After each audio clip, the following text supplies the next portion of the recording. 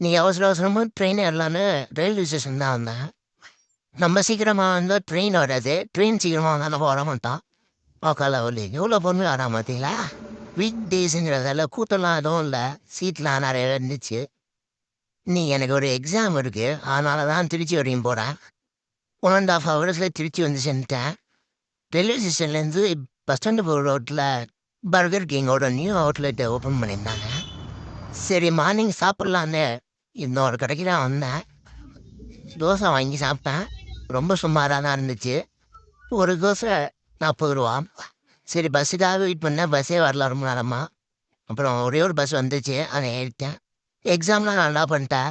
வரும்போது தான் கொஞ்சம் லேட் ஆகிட்டு 10 நிமிஷம் தான் இருந்தது ட்ரெயின் எடுக்க. ஒரு ப்ரோ தான் லிஃப்ட் கொடுத்து ஹெல்ப் பண்ணார். Thanks bro. ரிட்டனும் 1½ ஹவர் லேட் போன வந்துட்டேன். டிடிஆர் நம்மளை பார்த்தா தான் அடிச்ச மாரி செய்யும் போல. அங்கேருந்து நேராக வந்துட்டாங்க என்கிட்ட. அவர்கிட்ட டிக்கெட்டை கொடுத்துட்டு ட்ரெயினுக்கு டாட்டா கட்டி வீட்டுக்கு வந்துட்டேன். வீட்டுக்குள்ள அம்மா கொஞ்சம் ஸ்நாக்ஸ் கொடுத்தாங்க. அதை சாப்பிட்டுட்டு நீ India versus Bangladesh match. Bangladesh toss win பண்ணி பேட்டிங் எடுத்துட்டாங்க. அப்புறம் ஹிட்டு மாமா. யோ இது என்ன கேமு?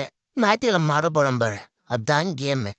எப்படி தலைவா நீ கேட்டு விட்டீங்க அது மாதிரியான்னு கேட்கணும்னு தோணுச்சு. அது மாதிரி உங்களுக்கும் தோணுச்சுன்னா கமெண்ட் பண்ணுங்க.